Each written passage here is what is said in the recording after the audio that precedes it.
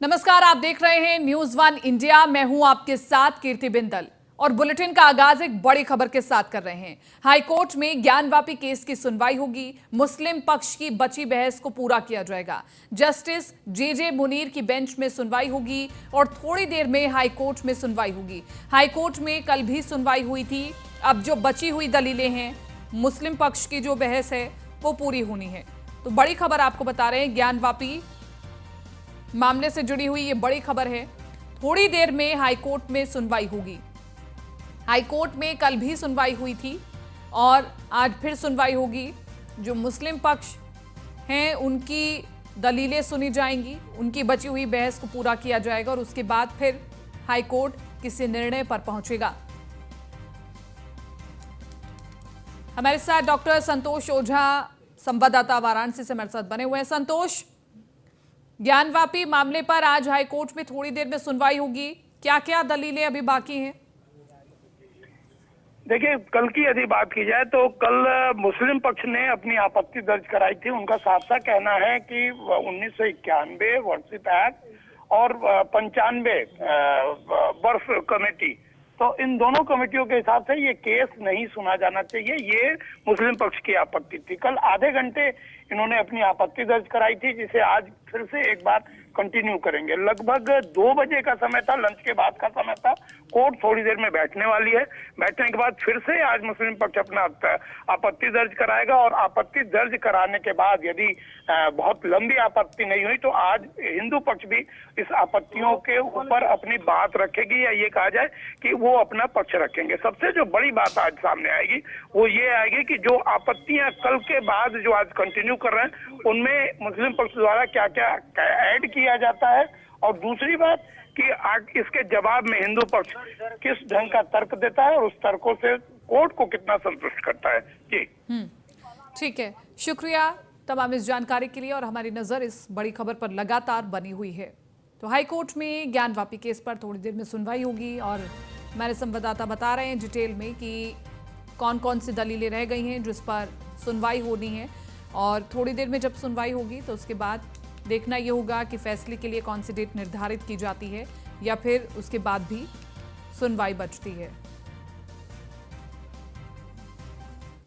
हिमाचल के ज्वाली में सीएम योगी की हुंकार, विकसित भारत के निर्माण का संकल्प। सीएम योगी ने कहा, वैश्विक स्तर पर भारत का सम्मान बढ़ा, हर तबके को शासन की योजना का लाभ मिला, गुलामी के अंश को खत्म करना संकल्प है। ये सीएम योगी ने अपने संबोधन में कहा है। उनके संबोधन से जुड़े कुछ अहम बिंदु हम आप तक पहुंचा रहे हैं। उन्होंने कहा कि हिमाचल में कांग्रेस की हालत कमजोर है। जो सुरक्षा की गारंटी ना दे उसे मत सुनिए और उसे मत चुनिए। हमेशा कांग्रेस का हाथ माफियाओं के साथ रहा है। आस्था का सम्मान, माफियाओं पर कार्रवाई करें।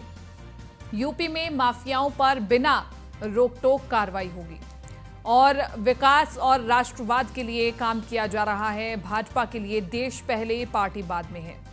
तो सीएम योगी ने हिमाचल प्रदेश पहुंचकर ज्वाली विधानसभा में जनसंबोधन किया। जनसंबोधन से जो महत्वपूर्ण बातें उनके भाषण से निकल करके आई वो आप तक हम पहुंचा रहे हैं। उन्होंने कहा कि विकास और राष्ट्रवाद के लिए काम कर रहे हैं। भाजपा के लिए देश पहले है, पार्टी बाद में है। और जो देश की रक्षा की बात करे, जो राज्य की रक्षा की बात करे, आप उसे चुनिए। विकसित भारत के निर्माण का संकल्प हम सभी को लेना है। देशवासियों का आह्वान क्या था? पंच प्रण के लिए। ये पंच प्रण है एक विकसित भारत का निर्माण करना, एक विकसित भारत का निर्माण करना। आपने देखा होगा जब भारत अपनी आजादी का अमृत महोत्सव मना रहा है, जिस भारत पर 200 वर्षों तक ब्रिटेन ने शासन किया था, उस ब्रिटेन को पछाड़ करके भारत दुनिया की 5वीं अर्थव्यवस्था बना। कांग्रेस ने कश्मीर में धारा 370 दी, लेकिन जब मोदी जी के नेतृत्व में भारतीय जनता पार्टी की सरकार बनी, प्रधानमंत्री मोदी जी ने कश्मीर में धारा 370 को सदैव के लिए समाप्त कर दिया है। कश्मीर में धारा 370 के समाप्त होने के साथ ही आतंकवाद के अंतिम ताबूत में भी कील ठोकने का कार्य कर दिया गया कि अब आगे से भारत के अंदर आतंकवाद के लिए कोई जगह नहीं होगी। और अगर किसी दुश्मन ने भारत की सीमा में घुसने का प्रयास किया या भारत के खिलाफ कोई षड्यंत्र किया तो सर्जिकल स्ट्राइक के लिए हिमाचल प्रदेश के वीर योद्धा जवान तैयार हैं। दुश्मन की धरती में घुस करके वहीं जाके मारेंगे। अगली महत्वपूर्ण खबर आपको लखनऊ से बता देते हैं। 1090 चौराहे के पास बनेगा स्ट्रीट फूड मार्ट। एलडीए की 24 नवंबर को होने वाली बैठक में निर्णय होगा। रमाबाई रैली स्थल की पार्किंग में वेंडिंग जोन बनेगा। वैवाहिक कार्यक्रमों के आयोजन में आवंटन का प्रस्ताव, बंद पड़े पार्कों का भी किया जाएगा इस्तेमाल। एलडीए की बैठक में प्रस्ताव को मंजूरी मिलने की उम्मीद है। तो बड़ी खबर आपको इस वक्त की हम बता रहे हैं। वैवाहिक कार्यक्रमों के आयोजन में आवंटन का प्रस्ताव है, बंद पड़े पार्कों का भी इस्तेमाल किया जाएगा और इसके अलावा 1090 चौराहे के पास ये कार्यक्रम किया जाएगा। तो एलडीए की बैठक में फैसला लिया गया। 1090 चौराहा के पास बनेगा स्ट्रीट फूड पार्क। एलडीए की 24 नवंबर को होने वाली बैठक में निर्णय होगा। पार्किंग में वेंडिंग जोन भी बनेगा और वैवाहिक कार्यक्रमों के आयोजन में आवंटन का प्रस्ताव, बंद पड़े पार्कों का भी इस्तेमाल किया जाएगा। नीलेश चौहान ज्यादा जानकारी के साथ संवाददाता बने हुए फोन लाइन पर। नीलेश, किस तरह से ये पूरी एलडीए की बैठक में जिस प्रस्ताव को मंजूरी मिली है, इसका पूरा रोड मैप क्या रहने वाला है? कैसे आम लोगों को इससे फायदा मिलेगा? देखिए, बिल्कुल आपको बता दूं कि राजधानी लखनऊ पहले तो स्मार्ट सिटी में गिना जाता है। दूसरी बात, एलडीए की जो आगामी 24 नवंबर को बैठक होने वाली है, इसमें कई महत्वपूर्ण फैसले लिए जाने हैं। रमाबाई रैली जो स्थल है, वहां पर पार्किंग में वेंडिंग जोन बनाने का प्रस्ताव भी इस होने वाली बैठक में पास हो सकता है। वैवाहिक कार्यक्रमों के आयोजन में उस जगह का जो है आवंटन होगा। साथ ही साथ जो 1090 के पास जगह खाली पड़ी है, वहां पर स्ट्रीट फूड पार्क बनेगा, क्योंकि 1090 के पास एक ऐसी गली है जो चटोरी गली के नाम से जानी जाती है। कहीं ना कहीं स्ट्रीट फूड पार्क को वहां पर इसलिए भी विकसित किया जाएगा ताकि जो छोटे दुकानदार हैं, पटरी के दुकानदार हैं, स्ट्रीट फूड लवर्स हैं, उनको एक बेहतर जो है वातावरण मुहैया कराए। उसके लिहाज से भी ये बैठक काफी महत्वपूर्ण हो जाएगी। इसके साथ साथ जो लखनऊ विकास प्राधिकरण की जमीनें खाली पड़ी हैं, काफी लंबे अरसे से दुकानें बनी हैं, लेकिन उनका आवंटन नहीं हो पा रहा है, क्योंकि काफी महंगी दुकानें हैं वो। इस लिहाज से जब वहां पर स्ट्रीट फूड पार्क बनेगा तो उन दुकानों का भी इस्तेमाल हो सकेगा, जिससे कुछ रेवेन्यू लखनऊ विकास प्राधिकरण को समय समय पर मिलने लगेगा। तो ये काफी महत्वपूर्ण बैठक होगी। जब इस बैठक में ये 3-4 जो प्रस्ताव है वो पास किए जाएंगे, जिससे राजधानी की जनता को काफी फायदा मिलेगा। खासतौर पर उन लोगों को फायदा मिलेगा जो 1090 चौराहे के पास स्ट्रीट फूड बनाकर बेचते हैं और तमाम लोग वहां पर शाम को उसका लुत्फ उठाने पहुंचते हैं। तो जब स्ट्रीट फूड पार्क वहां पर विकसित किया जाएगा तो जाहिर सी बात है, तमाम लोगों को रोजगार स्थापित करने का मौका भी उत्तर प्रदेश सरकार और लखनऊ विकास प्राधिकरण मुहैया कराएगा। जी, बहुत बहुत शुक्रिया नीलेश तमाम इस जानकारी के लिए। अब गोंडा से अगली खबर आपको बता रहे, फर्जी बेनामे से जमीन घोटाले का मामला एसआईटी जांच के बाद शुरू हुआ निलंबन का दौर। प्रमुख सचिव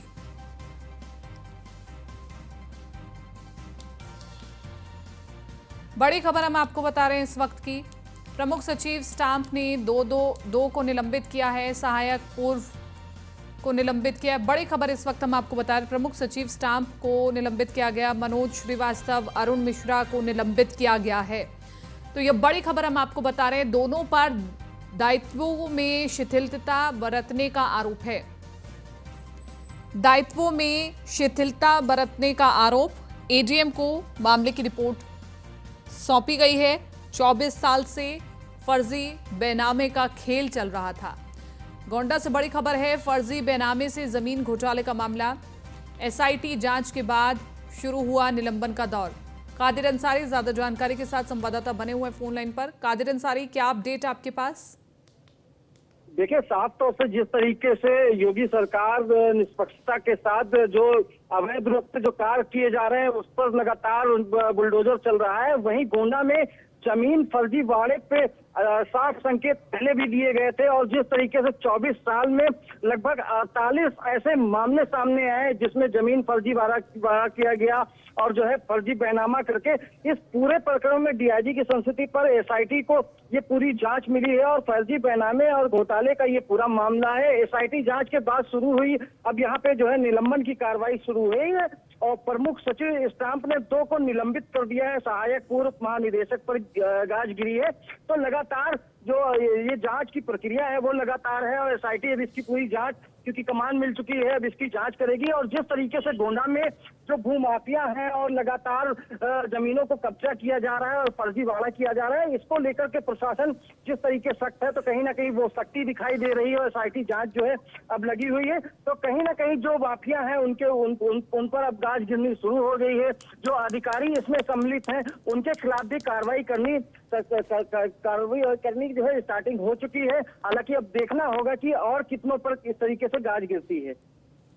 ठीक है कादिर, शुक्रिया तमाम इस जानकारी के लिए।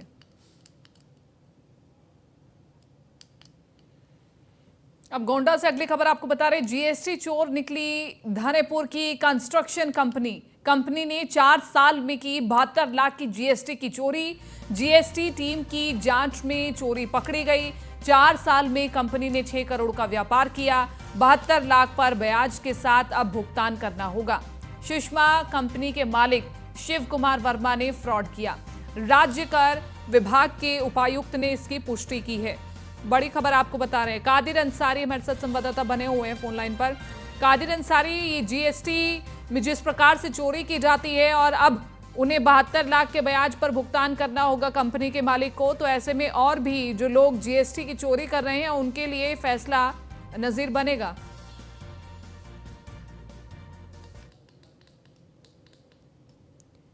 कादिर अंसारी, आवाज पहुंच पा रही है मेरी?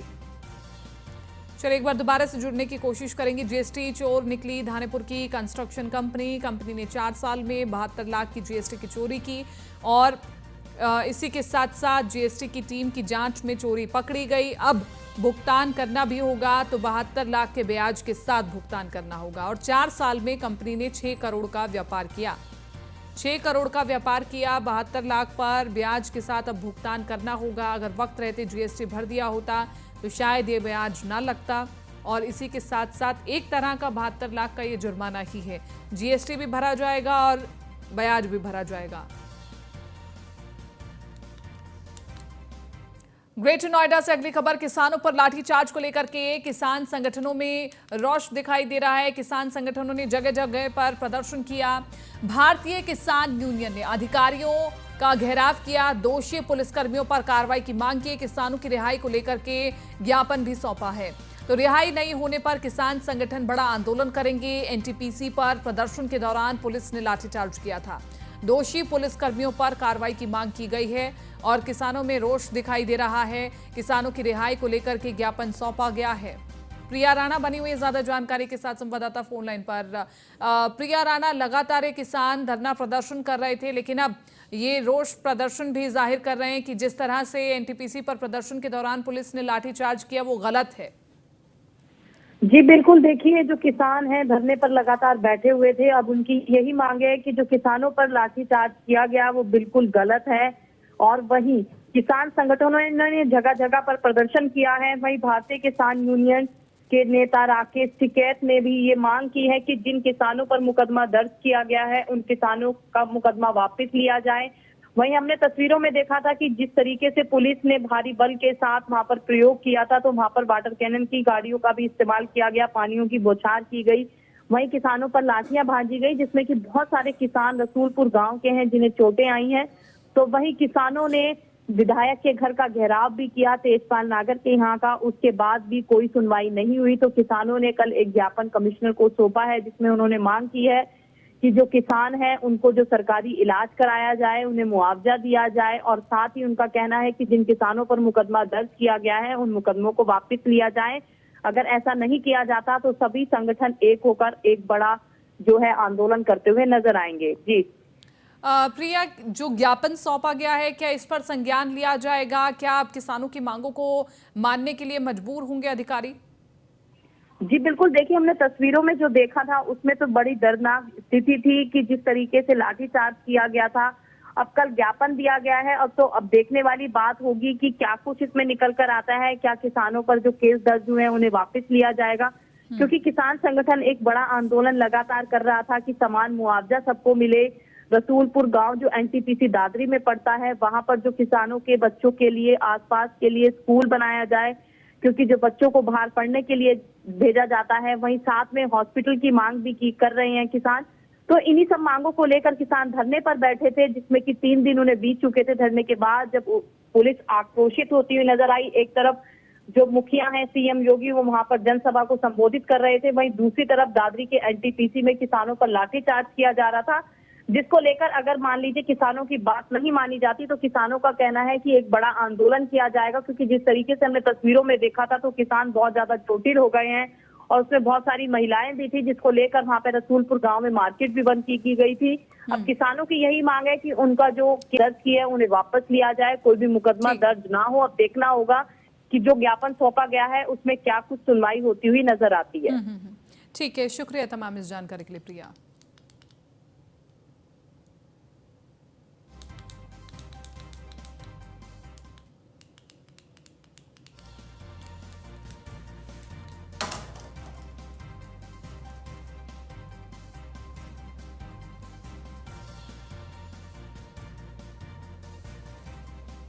ग्रेटर नोएडा से अगली खबर, बड़ी खबर बता रहे हैं तो किसानों पर लाठीचार्ज को लेकर के किसान संगठनों में रोष दिखाई दे रहा है। किसान संगठनों ने जगह जगह पर प्रदर्शन किया।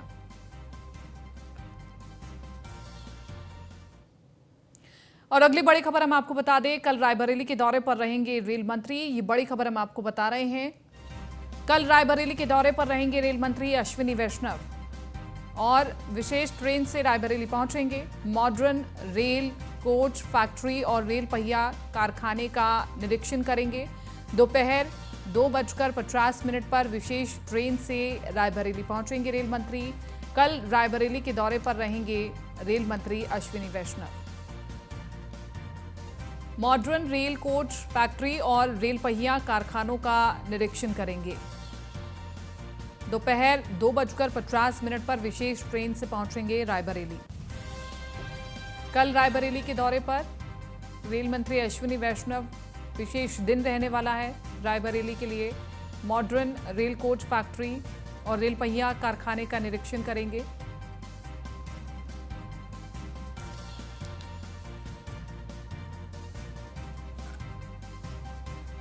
बुलंदशहर से अगली खबर, अनूपशहर गंगा में नाव डूबी, 2 सगे भाई लापता बताए जा रहे हैं। 3 को बचाया गया है। पुलिस मौके पर राहत बचाव के कार्य में जुटी हुई है। लापता भाइयों की तलाश में गंगा में सर्च ऑपरेशन जारी है। हादसे के समय नाव में सवार थे 5 लोग। तो बड़ी खबर आपको बता रहे हैं, पुलिस मौके पर राहत बचाव के कार्य में जुटी हुई है। एक बड़ा हादसा हुआ है। लापता भाइयों की तलाश में गंगा में सर्च ऑपरेशन चल रहा है। इसी के साथ साथ हादसे के समय नाव में सवार थे 5 लोग। बुलंदशहर से बड़ी खबर, अनूपशहर गंगा में नाव डूबी है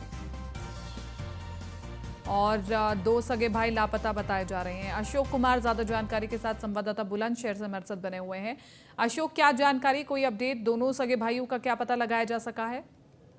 बिल्कुल, आपको बता दें, बुलंदशहर का अनूपशहर क्षेत्र का मामला है और गंगा स्नान पर गंगा पर स्नान करने आए थे। 3 नाव डूब गई थी तख्ता के बहने से। करीबन 5 लोग डूबे थे। 3 लोगों को कुशलता निकाल दिया गया है। 2 लोगों का सर्च ऑपरेशन किया जा रहा है और एनडीआरएफ की टीम बुलाई गई है और आलाधिकारी मौके पर है। अभी तक उनको नहीं निकाला गया। सर्च ऑपरेशन जारी है और बुलंदशहर के आलाधिकारी मौके पर है। गोताखोर को टीम को लगाया गया है। सुबह करीबन 8 बजे ये गंगा स्नान करने गए थे और सभी 3 लोगों को कुशलता बरामद निकाली। उनकी हालत नाजुक बताई जा रही है। बुलंदशहर के एक निजी हॉस्पिटल में उनका इलाज चल रहा है। ठीक है, शुक्रिया तमाम इस जानकारी के लिए।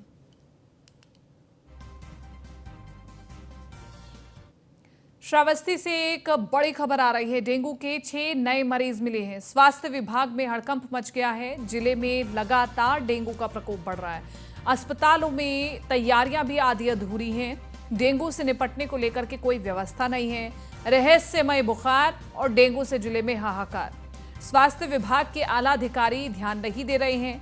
अस्पतालों में मरीजों की लंबे लंबे लाइन लगी हुई है। सरकारी अस्पतालों के बाहर गंदा पानी भरा हुआ है। नगर पालिका और नगर पंचायत में गंदगी का अंबार दिखाई दे रहा है। तो ये बड़ी खबर, डेंगू से निपटने को लेकर कोई व्यवस्था नहीं। ये तस्वीरें बता रही हैं कि किस तरह से नगर निगम अपना कार्य कर रहा है। कूड़े के ढेर लगे हुए हैं, पानी जमा हुआ है। ऐसे में डेंगू फैल रहा है, इसके बारे में ना तो कोई सरकारी अफसर ध्यान दे रहे हैं और ना ही किसी प्रकार की कोई व्यवस्था।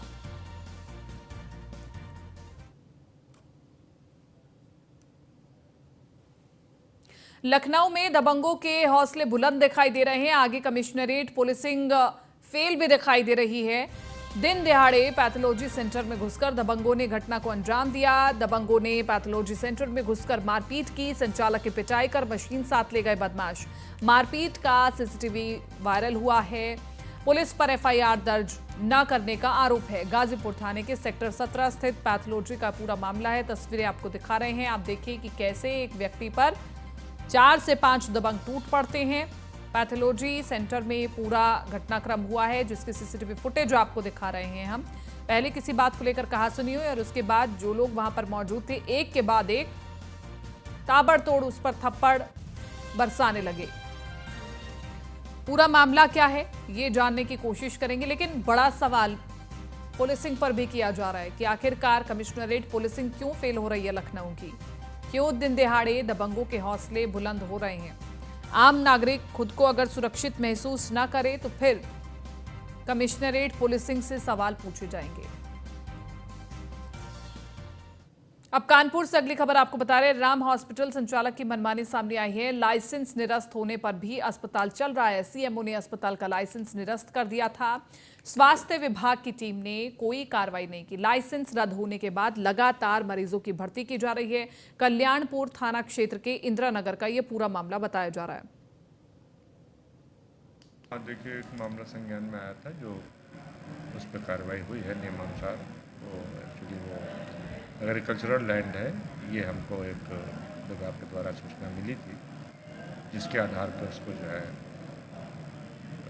निरस्त किया गया उसका लाइसेंस। तो ये किया गया था, कार्रवाई हुई है।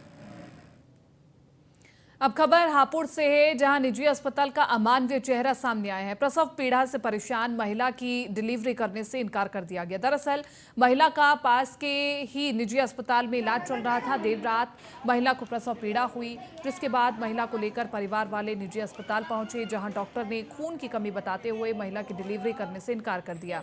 लाख मिन्नतों पर भी जब डॉक्टर नहीं माने तो परिवार वालों ने खुले आसमान के नीचे महिला की डिलीवरी कराई। हुआ किसने जैसे बच्चा आधा निकल गया, उनके यहाँ भाग के गया, उन्हें केस नहीं लिया, भगा दिया।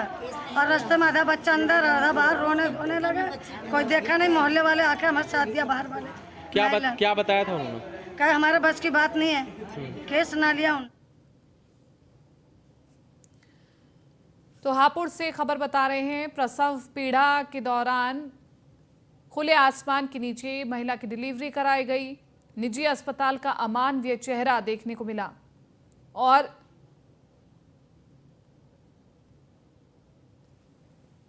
ताहिर ज्यादा जानकारी के साथ संवाददाता बने हुए हैं फोन लाइन पर।